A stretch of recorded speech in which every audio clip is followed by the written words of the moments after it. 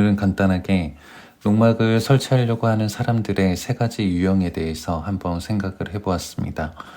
제 영상 중에 조회수가 가장 많은 영상이 농막 불법사항에 대해서 잡석 대신에 야자수 매트를 깔고 그리고 데크 대신에 평상으로 대체하는 영상이 있습니다. 그 부분에 대해서 한쪽에서는 불법을 조장한다라는 의견이 있고 또 다른 한쪽에서는 감사하다라고 하는 댓글들이 좀 많이 있죠.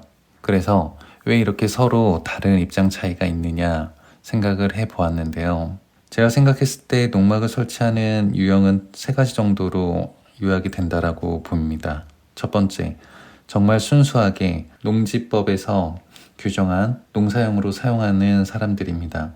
농기계를 보관하거나 농작물을 보관하거나 그리고 일시적인 휴식을 위해서 농막을 설치하시는 분들이죠. 이분들은 정말 꼭 대농이 아니더라고 하더라도 농사를 짓는데 필요한 시설인 것입니다. 실제로 농업인인 경우가 많고요. 다음으로 두 번째는 농사용으로도 필요하지만 그리고 일시적으로도 정말 어쩔 수 없이 숙박이 필요한 경우입니다. 이런 유형들은 본인의 본거지와 거리가 상당해서 농작업 후에 다시 돌아오기가 어려운 경우라고 볼 수 있죠. 자차가 없거나 아니면 연세가 많아서 이제 운전이 어려운 경우가 있을 것입니다. 이분들은 어쩔 수 없이 일시적으로 숙박이 필요한 경우라고 볼 수 있습니다.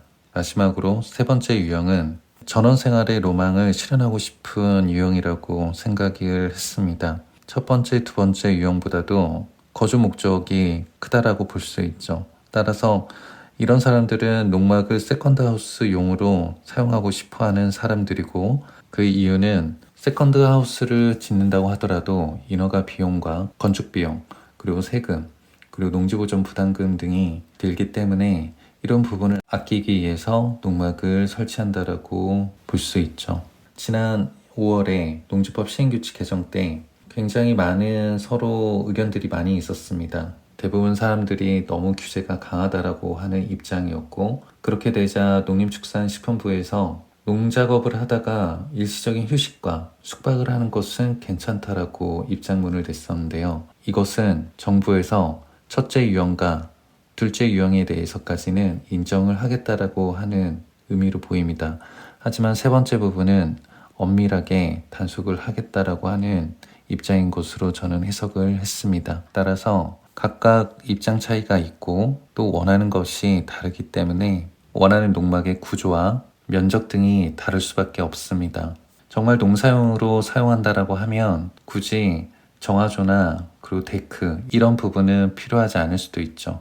그러나 숙박이 필요한 사람들, 두 번째 그리고 세 번째 유형 같은 경우에는 당연히 화장실도 필요하고 씻을 공간도 필요하고요. 그리고 세 번째 유형 같은 경우에는 농막을 좀 더 꾸미고 싶어하는 욕구가 있겠죠. 그래서 이러한 차이들이 바로 서로 원하는 것이 다르기 때문에 발생하는 모습이라고 생각이 듭니다.